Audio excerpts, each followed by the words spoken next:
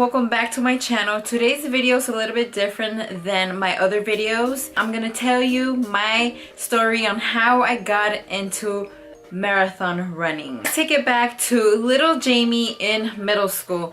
I used to hate running, especially in school, because I knew I was the slowest runner. I would always come in last and I felt embarrassed. I went off to high school and I still had to do 2 years of PE. I think it was freshman year and sophomore year, and I still hated running. I was still slow. I didn't mind doing other activities that we had in PE class, but I used to hate running the mile. I knew I wasn't good at it and I just didn't like it. That being said, I was not athletic growing up. I was not in any sports. I was not in any teams. I never tried out. I was not interested in becoming an athlete or doing any athletic activities. I just did it because I had to for my class. I graduated high school in 2009, and by 2010 I decided that I was tired of being the chubby girl or the fat girl and took initiative to change my lifestyle. I wasn't happy with the way that my body looked. I didn't feel right. I didn't feel confident. This was not the first time that I said I was gonna drop some weight and I never actually did, and I never followed through. Anyone trying to lose weight out there, you know that it can be complicated. You are your worst enemy. That's something that I struggled with throughout high school. Once 2010 hit, I was 18 going into 19 and I wanted to make a change for myself, and I felt like I was ready. I started that change by running. I knew the basics of what I had to do in order to lose weight. So I was like, okay, I'm gonna change my diet and eat less calories. Okay, I need to work out so I can burn more calories. In the beginning of 2010, I went to Mexico to visit my mom. That was early January. And once I came back, I decided to take action and finally lose the weight that I was trying to lose for a long time, but I never really got to it. I started running 3 miles 5 days a week, and I did that for months, and the results were coming. I was losing the weight. My birthday hit. I was super happy because I met my goal and I've lost all this weight and I was transformed. I'll show you a picture here of before I lost the weight, and then I'll show you a picture over here after I lost the weight.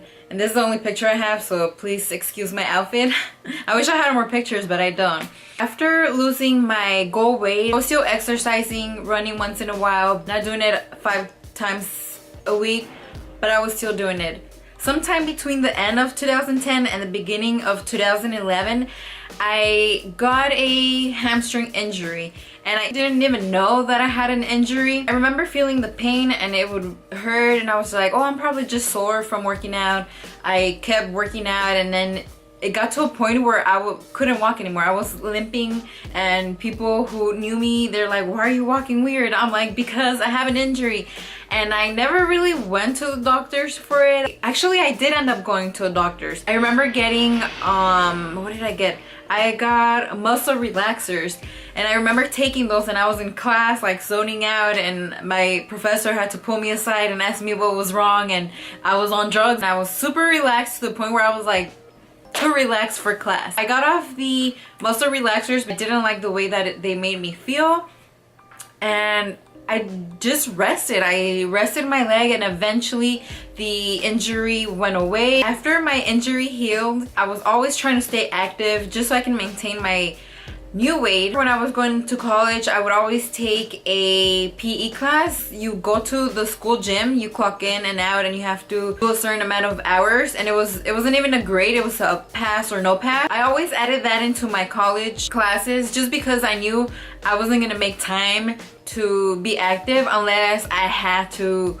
be there. We're gonna fast forward to 2014. It was the year that I did my first race, and it wasn't even a marathon. I kind of did have a marathon in mind, but I never really took initiative to train or to sign myself up. I didn't really train for the 5K. I just went out there, I had fun, it was easy. I was surprised with myself that I was able to run 3 miles non-stop. I hadn't really been running. At this point in my life, I was just going in and out of the gym, trying to stay active, but I wasn't really running like I was back in 2010 when I was trying to lose weight. After running the 5K, I decided I was gonna finally run the LA Marathon. I grew up in LA. I would always see the LA Marathon happening. I had this job at the Cafe Tropical. I had that job for a long time, and I would always work on weekends in the morning, and every year I would watch the LA Marathon go through,